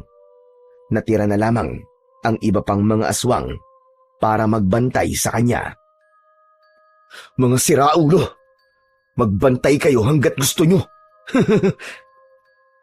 Taglay niya ang mutya ng sirena. Kaya naman, may kakayahan siyang lumangoy at pumailalim sa tubig ng matagal. Naghanap siya ng ibang madadaanan upang muling makapasok sa isla. Nang makahanap, ay agad na siyang umahon at naglakad papasok sa kakawyan. Subalit may nakakita ulit sa kanya. Anak nang, nalintikan na! May bantay din pala dito! Inihanda niya ang sarili niya sa pagsugod ng mga aswang.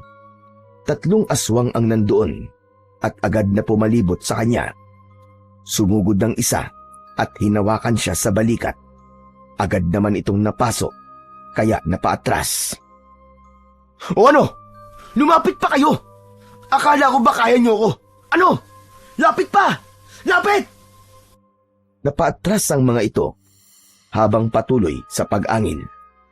Kung ayaw niyo lumapit, sige, ako na lang ang lalapit sa inyo! Mabilis na tumalikod ang mga aswang at akmang tatakbo sana nang umabante siya. Subalit dahil sa taglay niyang bilis ay agad niyang nilapitan ng mga ito at gamit ang kanyang itak, tinaga niya ang isa. Ngunit maliksing nakaiwas ito sa pag-atake niya. Pinagtawanan pa siya ng mga aswang. Pinakalma niya ang sarili. Maya-maya pa ay tila bumubulong na sa kanya ang mga alon. Narinig niya ang tinig ng sirena. Malayo yun, pero naiintindihan niya. Itinuro nito ang orasyon na dapat niyang sambitin. Mabilis siyang kumilos. Ang kanyang liksi ay katulad ng sakidlat.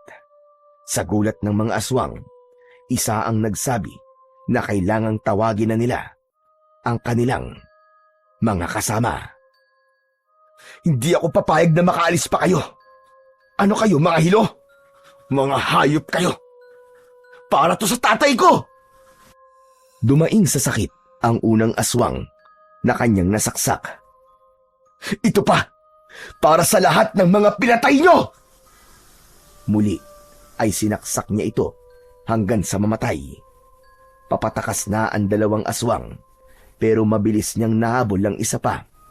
Nagmamakaawa ito ng gusto sa kanya na wag papatayin.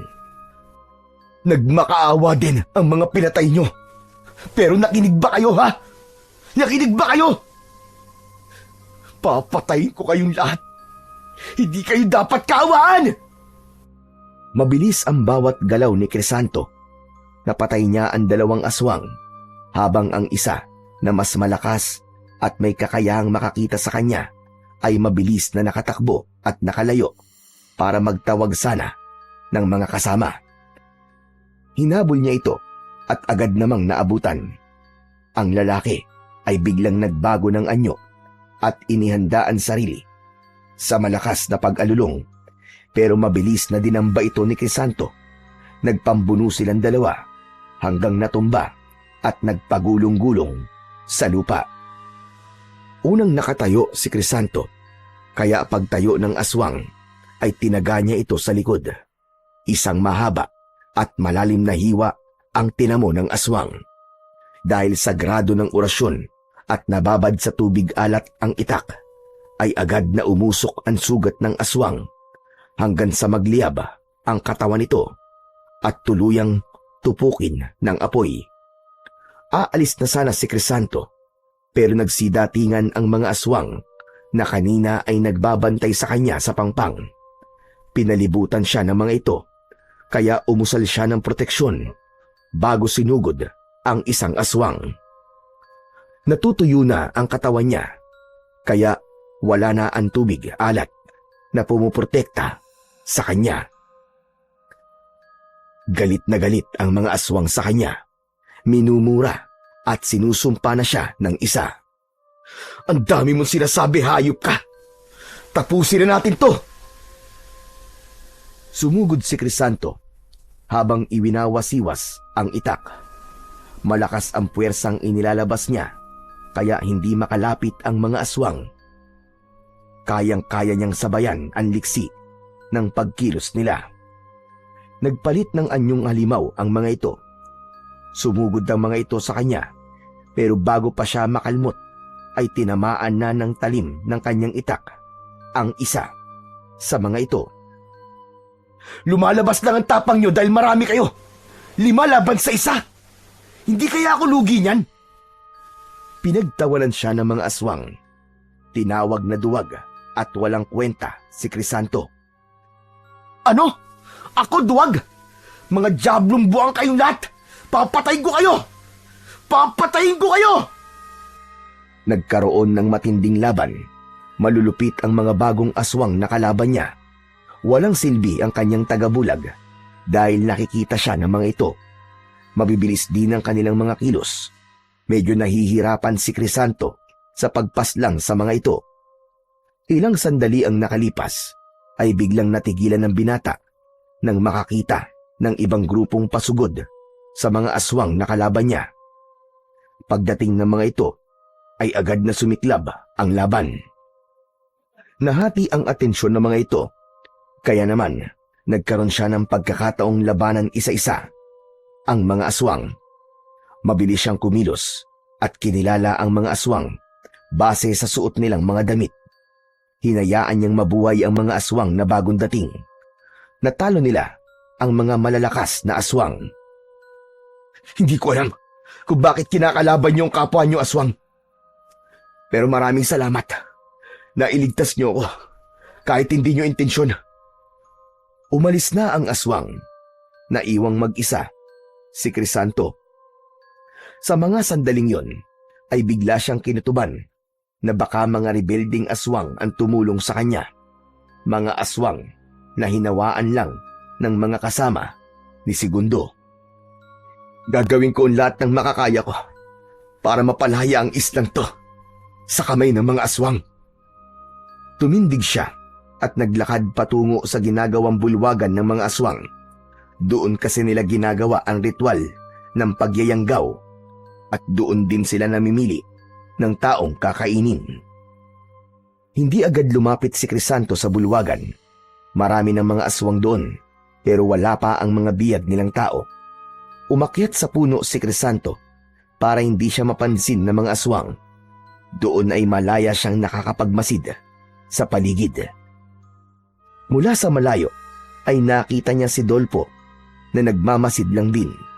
Hindi lang pala si Dolpo ang taga-isla na naging aswang, kundi marami pa sila. Hindi niya alam kung kakampi pa rin ba nila ang mga ito o kalaban.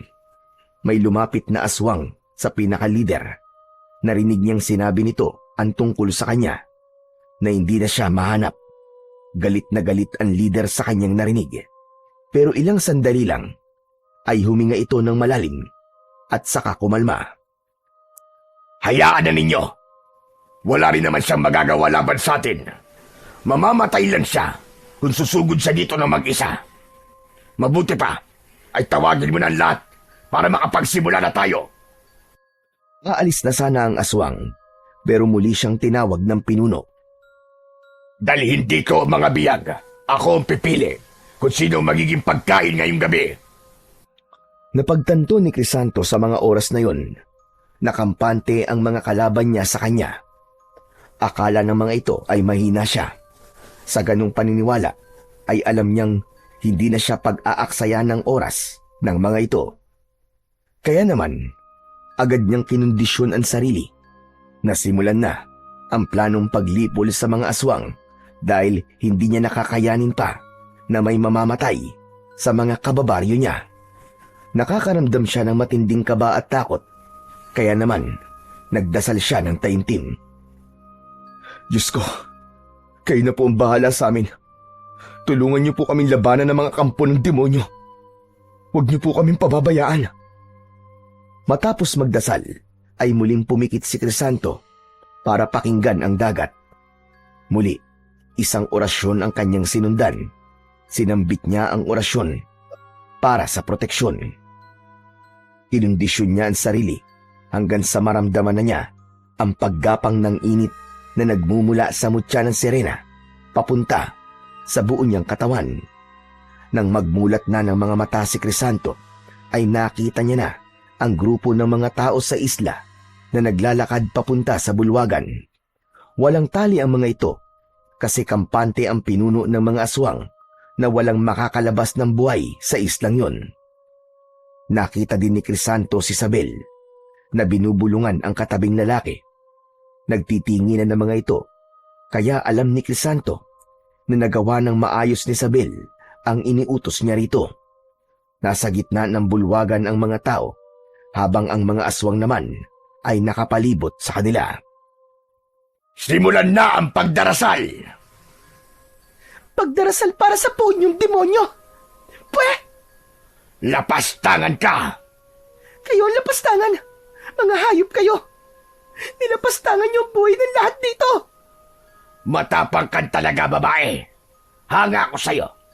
Pero bakit ayaw mo sumanib sa amin? Yan tapang mo na yan. Magagamit ko yan sa mas mahusay na paraan kapag pumanig ka sa amin. Patayin mo na lang ako kaysa maging kapanalig niyo ako, mga hayop! At talagang ayaw mo? Sige, kung ayaw mo maging kakampi, pues, ituturing na kita ngayong kaaway. Sige mga kasama, lagyan ng busal ang bibig ng babaeng yan. Sige, lagyan mo! Wala akong pakialam. Pero bago mo malagyan ng busal ang bibig ko, gusto kong sabihin sa'yo, bumalik ka na sa impyerno! Manahimik ka! Ito na ang huling pagkakataon, Isabel. Kung hindi ka pa rin papayag na maging kaanib namin, gagawin na talaga kitang pagkain. Hayop ka! Hayop! Sa itaas ng puno ay panay naman ang bulong ni Crisanto. Grabe ang tapang ng babaeng to. Baka ikapahamak mo ang katabilan ng dila mo, Sabil. Ilang sandali pa, nakita ni Crisanto na nagsiluhod ang mga aswang sa puon nila. Nakatayo naman si Amang Segundo habang umuusal ng ritual. Nakapikit ang mga aswang. Yun ang hinihintay na sandali ni Crisanto. Bumaba siya sa puno at dahan-dahang lumapit. Nag-ingat siya ng mabuti upang hindi siya maramdaman ng mga aswang. Nang makalapit na siya, ay binilisan niya na ang pagkilos bago pa siya maramdaman ng mga ito. Agad niyang iwinasiwas ang hawak na itak at 2 aswang kagad ang natumba. Isang aswang ang nagmulat ng kanyang mga mata at laking gulat niya nang makita ang dugo ang mga kasamaan. Sisigaw pa sana ito pero naunahan ni Crisanto. Nasaksak na ito bago pa man siya makapag-ingay. Pero naramdaman na ng ibang aswang ang kanyang presensya. Talagang ngayon ka pa ng gulo kung kailan nagre-ritual kami. Wala akong pakialam sa ginagawa niyong ritual. Huwag mong bastusin ang aming ginagawang ritual. Isa kang lapastangan. Papatayin kita. Pagbabayaran mo ang pagpatay mo sa tatay ko. At ano ang tingin mo sa sarili mo? Malakas? Kaya mo ba kaming lahat? Sige, pagbibigyan kita. Ako ang kalabanin mo. Subalit, bago pa sila maglaban ng pinuno, ay agad na sumigaw si Crisanto. Binigyan niya na ng hudyat si Isabel. Isabel! Ngayon na! Nang marinig ito ng dalaga, ay kagad siyang tumayo. Tumakbo silang lahat, kasama ang mga kalalakihan. Agad yung pinigilan ni Segundo. Magsitigil kayo sa pagtakbo! Kapag nahuli namin kayo, mamamatay na kayong lahat! Wala na kaming bubuhayin pa! Gawin niyo lang dapat, Isabel! Ako nang bahala dito! Sige na! Mas binilisan pa ng mga tao ang pagtakbo. May ilang pumigil sa kanilang mga aswang. May ilan na nasugatan pero walang huminto. Pupunta sila sa kakawyan kung saan nakatago ang mga sibat.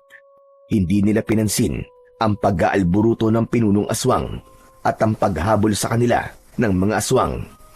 Lahat ay sabik, lumaban, para sa kanilang kalayaan. Walang yakan lalaki ka! Ang lakas ng loob mong gawin ito sa loob ng aking isla! Ang kapal ng mukha mong sabihin na sa'yo ang islang to! Sa amin to! Sa amin! At ipaglalaban namin ang aming tahanan! Laban sa inyo! Kahit na anong mangyari! Mga mahihina lang kayong nilalang! Wala kayong laban sa aming mga aswang! Talaga ba? Alam mo bang napaslang ko ng ilan sa pinakamalalakas mong mga tauhan? Masyado mong minamaliit kasi ang kaya kong gawin. Halika na rito! Maglaban na tayo! Para matapos na ang kwento mo! Mayabang ka! Kung ganun, tignan natin kung hanggang saan ang yabang mo. Lalo mong pinahamak ang mga taong nandito. Sige mga alagad! Patayin ang lahat ng naiwang mga bihag! Nanlaki ang mga mata ni Crisanto sa narinig. Hindi niya inaasahan ang ganun pa siya mula sa lider. Ginamit niya ang kanyang bilis para tulungan ang mga tao na sinasalakay ng mga aswang. Humalakhak ng malakas si Segundo, pero nagulat ito nang makita si Dolpo at ang ibang mga nayanggaw nila. Kinakalaban ng mga ito ang kapwa nila aswang. Dolpo, traidor ka! Matapos mong traidorin ang mga kababayan mo, kami naman ang tatraidorin mo ngayon! Kahit kailan, hindi ko tinalikuran ng mga taga-isla. Pumayag lang ako maging aswang para may lakas akong patayin ka. Ikaw ang pumatay sa mag-ina ko, kaya't papatayin din kita! Dolpo, wag!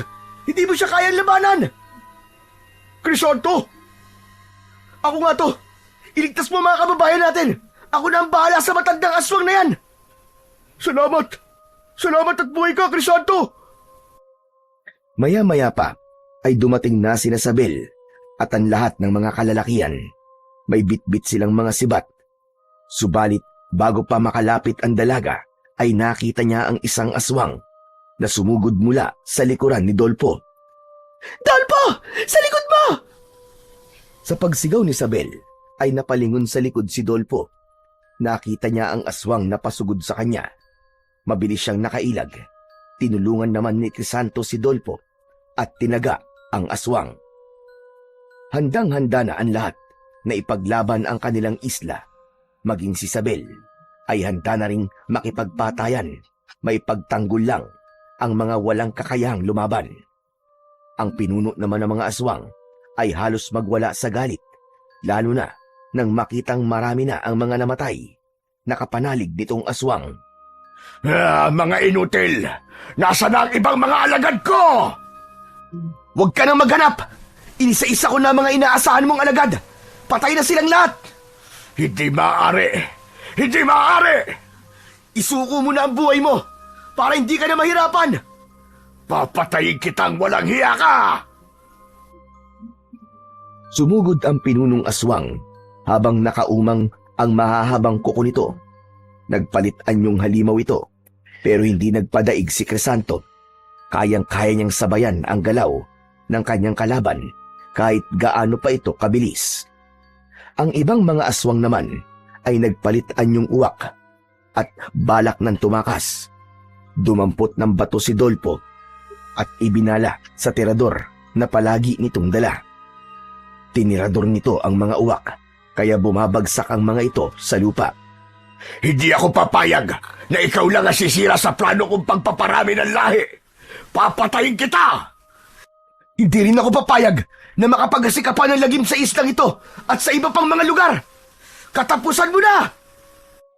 Akmang itatarak na sana ni Crisanto ang itak sa dibdib ni Segundo, pero nakapagpalit ito sa anyong uwak at lumipad para tumakas. Tumatakas na ang duwag na pinuno! Tumatakas na siya! Bumalik ka dito! Duwag na aswang! Walang nagawa si Crisanto. Maya-maya pa ay napatingin ito sa kanyang kaibigan. Dolpo! Ang tirador mo! Ihagis mo sa akin, dali! Hinagis ni Dolpo ang tirador nito papunta sa kaibigan niyang si Crisanto. Agad niya naman itong nasalo. Dumampot siya ng mga bato bago mabilis na tumakbo para sundan ang halimaw. Sa liksi ng pagkilos niya ay mabilis niyang narating ang dagat. Patawid na sa dagat ang uwak. Tumataas ang lipad nito pero nakikita pa rin niya ang pagkampay ng pakpak nito kahit sa dilim. Tumatakas na ang halimaw, Crisanto! Nakikita ko sila! Nasa itaas! Huwag kang mag-alala, Dolpo. Malinaw ko din silang nakikita. Akong bahala. Asintado ko sa paggamit ng tirador tulad mo. Tama na nga kayabangan mo, Crisanto. Tiradorin mo na ang aswang. Dahil kapag hindi mo siya tinamaan, ikaw ang titiradorin ko. Inasinta ni Crisanto ang uwak nang makitang malayo na ito sa pangpang. Sa tulong na din ng mutya ay malinaw niyang nakikita ang uwak sa dilim. Mas malakas din ang puwersa niya, kaya nang pakawalan niya ang bato ay tumama pa rin yun sa ibon kahit malayo na ito. Bumagsak ito sa tubig alat. Ilang sandali lang ay nalapnos ang katawan ng aswang hanggang sa tuluyang naglaho. Nagsigawan sa tuwa ang mga taong nakasaksi nito. Ang mga aswang naman nakapanalig ni Segundo ay nagliparan sa iba-ibang direksyon. Muling nilagyan ng bato ni Crisanto ang tirador. Nakapatay pa siya ng 3 aswang, habang ang aswang na lumipad sa ibang direksyon ay tuluyan ng nakatakas. Pare, ang galing mo! Lalapitan sana ni Dolpo ang kaibigan at yayakapin, pero pinigilan siya ni Crisanto. Teka, Dolpo, huwag kang yumakap sa akin kung ayaw mo malitsyon. Natigilan si Dolpo. Saglit niyang nakalimutan ang kanyang pagkatao ngayon, pero hindi napigilan noon ang tuwa niya sa pagliligtas sa kanila ng kanyang kaibigan at sa taglay na kapangyarihan nito. Hanep, ang angas mo na, pre. Antingero ka na pala. Paano nangyari yun? Nung huli tayo magkita normal na tao ka pa. Mahabang kwento, pare. Pero ikaw, bakit aswang ka na? Biglang nalungkot ang mukha ni Dolpo. Napatitig ito kay Crisanto bago magsalita. Ito lang ang naisip kong paraan para makaganti sa mga aswang. Ang maging katulad nila. Nagpaplano nga kaming labanan sila kaya pumayag kaming maging aswang. Swerte nyo. Hindi kayo kinain ng kasamaan.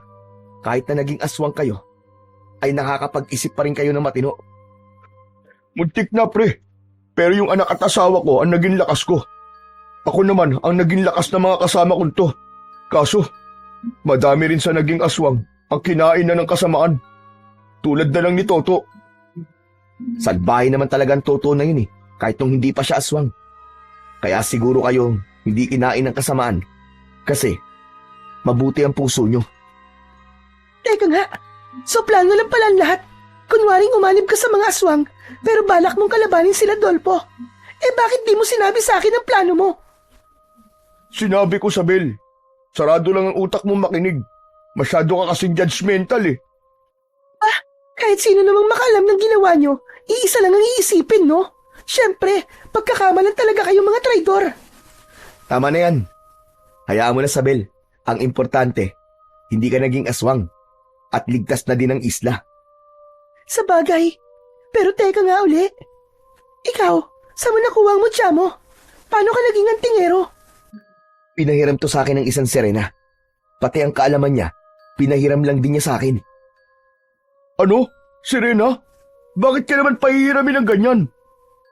Dahil mababait sila at may tunay na malasakit sila sa mga tao dito sa isla natin. Ganun ba? Akala ng lahat ay masasama sila Hindi sila masasama. Mga mabubuti silang nilalang. Basta't hindi lang natin sila sasaktan o sisirain ng dagat. Ngayon tapos na ang problema natin sa mga aswang. Isusuli mo na ba yan, ha? Oo, hindi ko pwedeng angkinin ng bagay na to dahil hindi naman to sa akin Kailangan ko magpasalamat sa kanya dahil sa pagpapahiram nito sa akin at sa paggabay niya sa akin sa pakikipaglaban. Pare, huwag mo nang isuli yan. Ha? Bakit? Bago mo isuli, patayin mo muna ako. Ano ka mo? Nababaliw ka na ba, Dolpo? Kaya nga naman, bakit pa naman sinasabi yan, Dolfo? Aswang na ako ngayon eh. Hindi na normal ang buhay ko. Ngayon patay na si Segundo at nabuwag na ang kulto nila. Gusto ko nang makasama ang mag-ina ko. Sira ulo ka ba? Hindi ka pwedeng mamatay. Mabubuhay ka ng normal dahil hahanap ako ng paraan para mawala ang sumpang yan sa katawan nyo. Hindi. Ano pa ang silbi na mabuhay kung wala naman ang mag-ina ko? Gusto ko na silang makasama, Crisanto. Gusto ko na silang makasama. Tingin mo matutuwa sila? Kapag namatay ka ngayon, umayos ka nga, Dolpo. Maging matatag ka para sa mag-ina mo. Ituloy mo ang buhay mo dahil alam kong yun din ang gustong mangyari ni Dina. Ewan ko, pare. Namatayan din ako, Dolpo. Nawalan din ako ng tatay. Pero hindi ko iniisip na mamatay na lang. Lumaban ka. Pero, Huwag ka na nga muna mag-isip ng kung ano-ano. Damhin natin ang kalayaan sa kamay ng mga aswang na yun. Akong bahala sa'yo, Tol. Bumalik na sila sa mga kabayan. Labis na natuwa ang lahat nang malamang patay na ang pinuno ng mga aswang. Samantala, may ilang natakot sa grupo ni Dolpo pero ipinaliwanag ni Crisanto sa lahat na hindi sila sasaktan ng mga dating taga-isla na naging aswang. Bagamat takot, ay nagtiwala ang lahat sa sinabi ni Crisanto. Samantalang hindi nagpakampante ang lahat.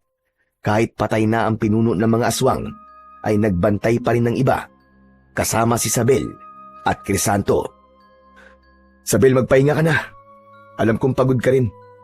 Ipaubaya mo na ang pagbabantay sa mga kalalakihan. Ayos lang. Hindi rin naman ako makatulog eh. Salamat nga pala ha. Dahil binalikan mo kami kay Santo. Wala yon. Hindi rin naman kakayanin ng konsensya kong pabayaan kayo dito eh. Talagang umalis lang ako para makahanap ng tulong. Mabuti na lang dahil nahanap ko ang Serena. Patawad, Crisanto ha. Dahil napag-isipan pa kita ng masama. Alam mo, kung nakikita tayo ni Itay at Aling Wana, tsak na matutuwa ang mga yon.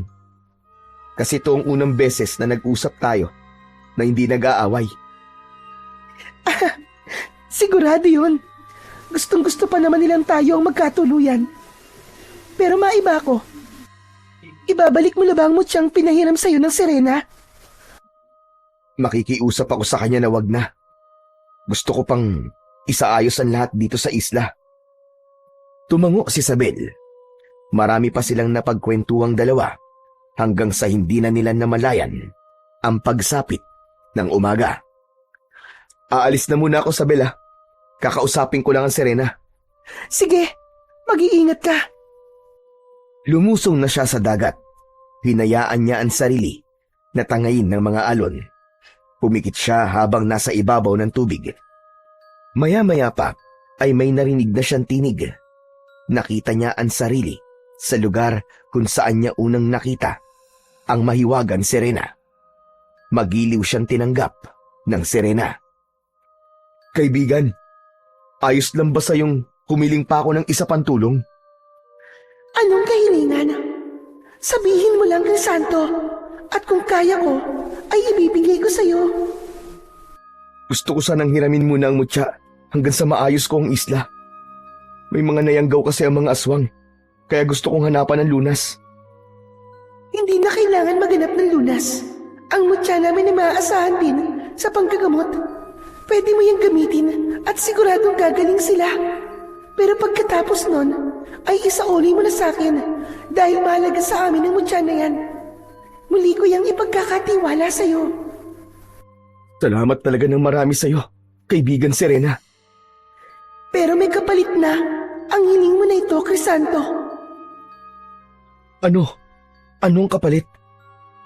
Sinagot ito ng Serena. Bahagyang naguluhan si Crisanto, pero maya-maya pa ay pumayag na rin. Handa siyang magsakripisyo, alang-alang sa kanyang mga kasamaan. Samantala, ibinahagi na sa kanya ng Serena kung paano niya magagamit ang mutya sa panggagamot. Magagamit mo ang mutya ng Serena. Ibabad mo to sa tubig ng isang buong magdamag. Dasalan mo bago ipainom sa kanila. Ganun lang pala kadali ang lahat. Salamat talaga. Salamat sa tulong mo, kaibigan Serena. Pagbalik niya sa kubo, ay ginawa kagad niya ang bilin ng Serena. Ibinabad niya ang mutya sa tubig at pagkatapos ay hinayaan muna niya para mababad ng matagal. Dumating naman si Isabel na may dalang mainit na sinigang na isda. Dinalang kita ng pagkain. Alam ko kasi na hindi ka nakapagluto. Hoy, walang gayuma yan ha. Nako, kahit may gayuma pa to, kakainin ko to. Oo nga pala, nasa si Dolfo? Nandun sa bahay niya nagmumukmok. Ano bang ginagawa mo rito? Gumagawa ako ng gamot para mabalik na sa dati ang mga nayanggaw. Kailangan ko ng tulong mo, Sabel. Oo naman, maaasahan mo ako dyan. Huwag mo rin sanang pababayaan si Dolfo Gabayan mo siya. Kasi baka totohanin niya ang kagustuhan niyang mamatay. At kapag okay na ang lahat, huwag mong pababayaan ang mga tao dito sa isla. Teka, sandali nga. Bakit parang nagbibiling ka? Aalis ka ba sa isla? Hindi ko nasabi sa'yo. May kapalit kasi ang tulong ng Serena sa atin eh. Anong kapalit? Kailangan kong tumira kasama nila habang buhay. Ano? Totoo ba yan? Malungkot na tumango si Crisanto. Napuno naman ng luha ang mga mata ni Isabel bago yumakap sa kanya. Hindi na rin niya napigilang umiyak bago tumugon sa yakap ng babae. Alam mo ba kung bakit lagi akong galit sa'yo, ha? Hindi mo kasi ako pinapansin. Tapos kapag napansin mo naman ako, tinatrato mo ako parang si Dolfo. Hindi mo ako tinatratong babae. Kahit naman ganito ako, babae pa rin ako. Sorry na, Isabel. Akala ko kasi one of the boys ki. Manhid ka lang kasi. Kahit si Inay at si Mang Tiborcio, ramdam na may gusto ko sa'yo. Talaga? May gusto ka sa akin? Sinabi ko na, diba? Hindi ko na uulitin yun. Pasensya ka na, Isabel Pero, ibaling mo na lang sa iba nararamdaman mo. Alam ko naman na hindi ako ang tipo mo eh. Kaya sige lang. Ano ba yan? Sige na nga, kumain ka na. Baka lumabig yun sa baw eh. Bukas babalik ako dito para tumulong sa panggagamot. Kanina pa nakaalis ang babae, pero nakatulala pa rin si Crisanto. Alam niya sa sarili na may damdamin din siya kay Isabel, pero hindi niya na dapat sabihin dahil aalis na siya. Kinabukasan ay nanggamot na sila ni Isabel. Dinadasalan niya ang mga tubig at ito naman ang nagpapainom sa mga nayanggaw. Matapos makainom ay nagsuka ang mga ito hanggang sa lumabas ang napakalapot at nangingitim na laway. Naging matagumpay naman ang gamutan nila. Nakabalik na sa normal na pamumuhay ang mga taga-isla. Nang maisaayos ni Crisanto ang isla, ay tsaka naman niya hinarap ang obligasyon niya sa Serena. Kailangan niyang tuparin ang ipinangako niya dito, kapalit ang tulong na ibinigay nito. Nang gabing yon ay naglakad si Crisanto papunta sa dagat. Hindi na niya nakita ang lihim na pagtanaw ni Isabel. Lumusong si Crisanto sa dagat. Lumangoy siya hanggang makarating sa kailaliman nito. Mula doon ay tila hinihigop sa kung saan ang kanyang katawan hanggang mamalayan na lang niyang nasa mundo na siya ng mga sirena. Doon ay namuhay siyang payapa pero puno ng kalungkutan. Madalas ay tumatanaw siya sa kanilang isla at kung minsan naman ay lihim niyang tinutulungan ang mga mangingisda para makakuha ng sapat na isda. Crisanto, ramdam ko ang kalungkutan mo at ang laging pagtanaw sa babaeng nakatayo sa pampang. Siya si Isabel. Siguro'y umaasa siyang makikita ko sa dagat. Pero huwag kang mag-alala. Tutuparin ko ang pangakong manatili dito sa tabi mo.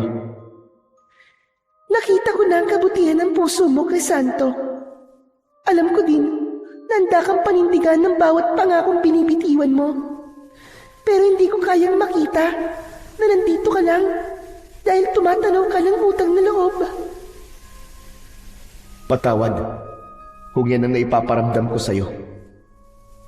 Palalayain na kita, Crisanto. Bumalik ka na sa mundo mo. Ha? Pero bakit? Dahil yun ang nararapat. Hindi ko din kayang makita ang kalungkutan mo. Lalong nanlalamig ang puso ko sa tuwing nakikita ko ang lungkot sa mga mata mo. Pero bago ka umalis, kailangan kong bawiin ang mutya, pati na ang mga kaalamang binigay ko sa'yo. Salamat, kaibigan. Napakabuti mong talaga. Sana, huwag mong alisin ang alaala ko kasi gusto kong habang buhay na maalala ang kabutihan na ginawa mo sa amin. Hinawakan ng Serena ang ulo niya. Pakiramdam niya ay sasabog ang ulo niya, lalo na nang maramdaman niyang parang hinihigop ito. Pagkatapos ay nakarinig siya ng isang malamyos at napakalungkot na awit. Alam niyang nagmumula yon sa Serena. Nakaramdam siya ng antok hanggang sa siya ay nakatulog. Nang magising siya, ay nakadapa na siya sa gilid ng dalampasigan. Crisanto! Crisanto, bumalik ka na! Tuwang-tuwang nilapitan ni Isabel ang lalaki. Sabel, totoo ba na nakauwi na ako? Oo, Crisanto. Narito ka na sa isla. Ang tagal ko naghintay na bumalik ka. Teka, tatawag lang ako ng tulong para madala ka namin sa kubo. Hindi ko pinabayaan ang kubo mo, kaya matibay pa rin yun hanggang ngayon. Palagi ko yung nililinis. Huwag ka na magtawag ng tulong. Kaya ko ang sarili ko, Sabel. Sige, aalalayan kitang tumayo. Inalalayan siya ni Isabel hanggang sa paglalakad. Dinala siya nito sa kubo. Nagtataka naman ang mga taong nakakakita sa kanila. Sabel, sino yung kasama mo? Dolpo, tulungan mo ako. Dali natin sa kubo si Crisanto. Ha? Si Crisanto na yan? Ano nangyari sa kanya? Mabilis na lumapit si Dolpo at tinulungan si Isabel na madala siya sa kubo. Inihiga siya sa papag at pagkatapos ay binigyan ng maiinom. Penging kape. Miss na miss ko na talaga ang kape. Langya, Crisanto. Ikaw nga yan. Ano nangyari sa'yo? Bakit mukha kang ermitanyo? Ang haba ng balbas at bigote mo, pre ah. para kang bigis ah. Kinapa niya ang baba at napagtantong nagsasabi nga ng totoo si Dolpo. Pati ang buhok niya ay mahaba din, kaya nagtataka siyang bumaling kay Isabel na nagtitimpla ng kape. Grabe ka, Dolpo. Di mo ako nakilala, buti pa si Isabel. Nakilala ka agad ako. Makikilala ka talaga niyan. Mahal na mahal ka niyan eh. Uy! Bakit ako? Di mo ba ako mahal? Tama ka na nga. Ang corny na joke mo. Kita mo to, ikaw ang nauna eh. Di naman ako nagbibiro eh. Mahal ka naman talaga ni Isabel eh. Pero teka, ano ba kasing nangyari? Bakit nawala ka? Kung saan kita hinanap, ang hirap pa naman kapag wala ka. Halos 1 taong ka ding nawala ah. Miss na miss ka namin, Crisanto. Tama na nga, Dolpo. Nakakadiri ka na. Hindi nga. Ano nga ba nangyari sa'yo? Umiling na lang si Crisanto at sinabing wala siyang naaalala. Kailangan niyang magsinungaling para hindi na muling maungkat pa ang tungkol sa Serena. Tanging si Isabel lang kasi ang sinabihan niya na ang kapalit ng pagtulong ng Serena ay ang pagsama niya sa mundo nito. Hindi na rin maalala ni Crisanto ang mga natutunan niyang kaalaman sa paggamit ng mutya ng Serena. Ang mga orasyong binabanggit niya ay nawala na din sa isipan niya. Pero ang tungkol sa Serena at sa mga aswang ay malinaw pa niyang naaalala. Wala din ang mutya sa kanya dahil binawi na nila ito. Pero may nakapasyang mga perlas sa kanyang bulsa. Yun ang huling tulong na natanggap niya sa Serena. Bumili siya ng mga bangkang pangisda at ibinahagi ito sa kanyang mga kaisla. Nagkatuluyan din silang dalawa sa wakas ni Isabel. Minahal niya ang babae nang higit pa sa inaakala niya. Si Dolpo naman ay patuloy na nabubuhay. Sa paglipas ng panahon ay natanggap na din ito ang pagkawala ng asawa at anak. Hindi man ito sila tuluyang nakalimutan, ay natuto naman itong muling umibig hanggang sa makapag-asawa na rin. Ang mga aswang ay hindi na muling bumalik sa isla. Siguro ay nagkawatak-watak na ang mga ito at naghasik na sa iba't ibang sulok ng bansa. Naging masaya ang buhay nila Crisanto at Isabel. Namuhay silang payapa at masagana. Lalong naging masigla ang buhay mag-asawa nila nang mabiyayaan sila ng 2 anak na lalaki at 1 anak na babae.